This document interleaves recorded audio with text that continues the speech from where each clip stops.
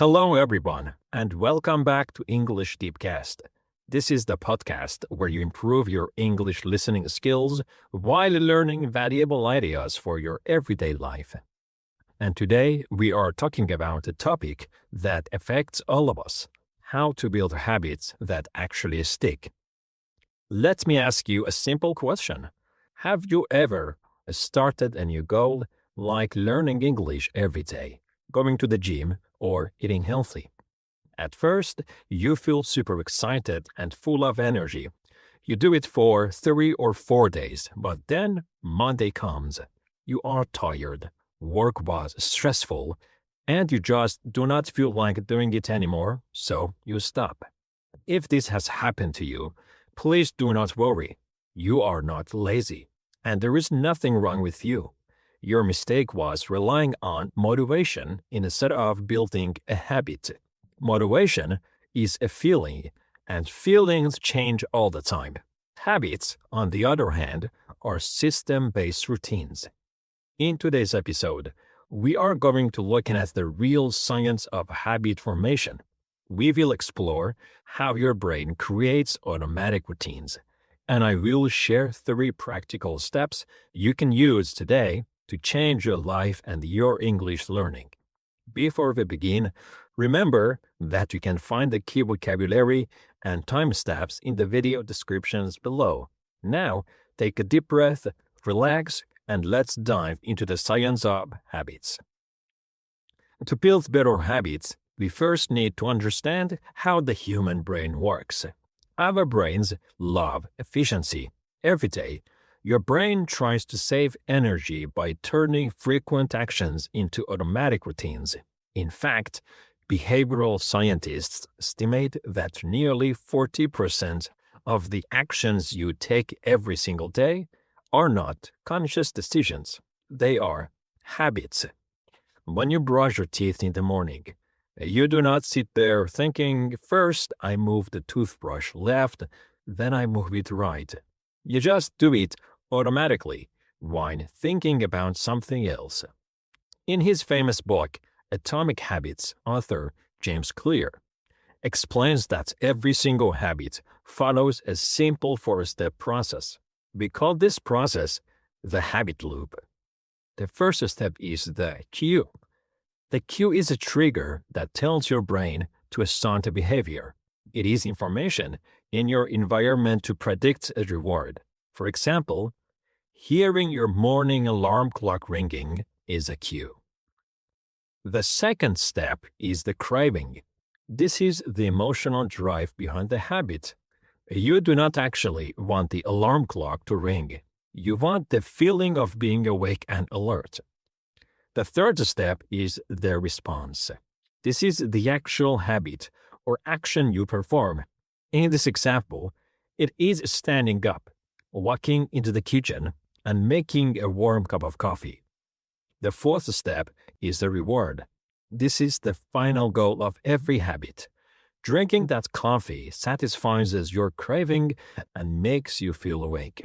Your brain takes mental notes and says, hey, this felt good. Next time I hear the alarm, I should make coffee again.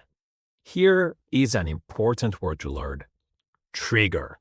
As a verb, to trigger means to cause something to start or happen. For example, you could say, stress can trigger bad eating habits. You can make more examples using this word. So let's move on. Once you understand that habits are just loops triggered by your environment, you stop blaming your willpower. Instead, you can start redesigning your environment to make good habits easy. Now that you understand how habits work in the brain, how can you use this science to master English or build better daily routines? Here are 3 simple, practical rules you can start using today. Rule number 1: make it absurdly small. The biggest mistake most people make is trying to change too much too fast. When someone decides to read more books, they often say, I am going to read for 1 hour every single night.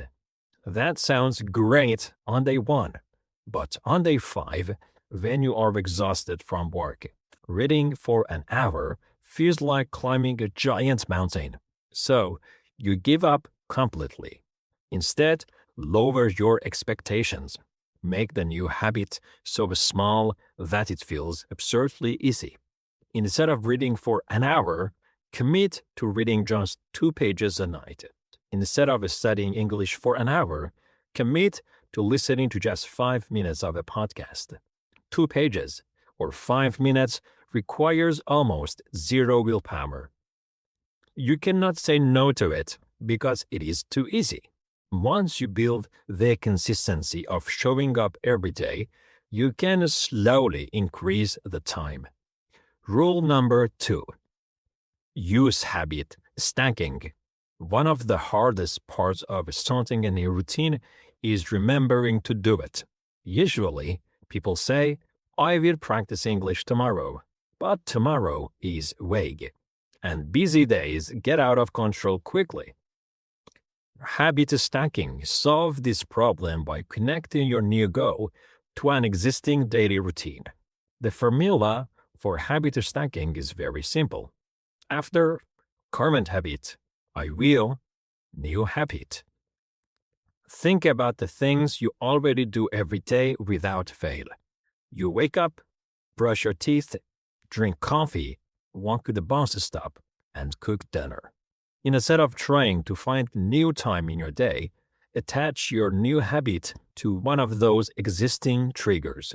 For example, we can say, after I pour my morning coffee, I will listen to 5 minutes of an English podcast. Or, after I sit down on the train, I will review 10 English vocabulary words on my phone. By tying the new behavior to an established habit, the old habit becomes the natural cue for the new one. Rule number 3. Never miss twice. Let's be realistic. Life is unpredictable. There will be days when you get sick, days when you have to work late, or days when you simply forget. You will miss a day eventually, and that is completely okay. Perfection is not the goal. However, there is a golden rule in habit building. Never miss twice. Missing one day is an accident. Missing 2 days in a row is the beginning of a new negative habit. If you miss your 5-minute English practice on Tuesday, do not feel guilty. Do not tell yourself that you failed. Just make sure that no matter what happens, you get back on track on Wednesday. Consistency does not mean never failing. Consistency means never giving up after a mistake. Now let's quickly review the core ideas from today's episode. First, habits run on a 4-step loop. Cue, craving, response, and reward. Second, make your initial goals absurdly small so they require very little energy. Third, use habit stacking by placing your new habit directly after an existing routine. And finally, if you break your routine, never miss twice. Now it is time for your interactive listener challenge. I want you to write a comment right now using the habit stacking formula. Answer this question in English down in the comments. What is one small habit you want to build this week? And what existing routine will you attach to it? For example, you can write, after I brush my teeth at night, I will read 2 pages of an English book. Writing your answer down in English is fantastic practice, and I will be reading and replying to as many comments as I can. And if you found this video helpful, please hit the like button, subscribe to English DeepCast, and share this episode with a friend or classmate who is also learning English. Thank you so much for spending your time with me today. Keep practicing, stay consistent, and I will see you in the next episode of English DeepCast.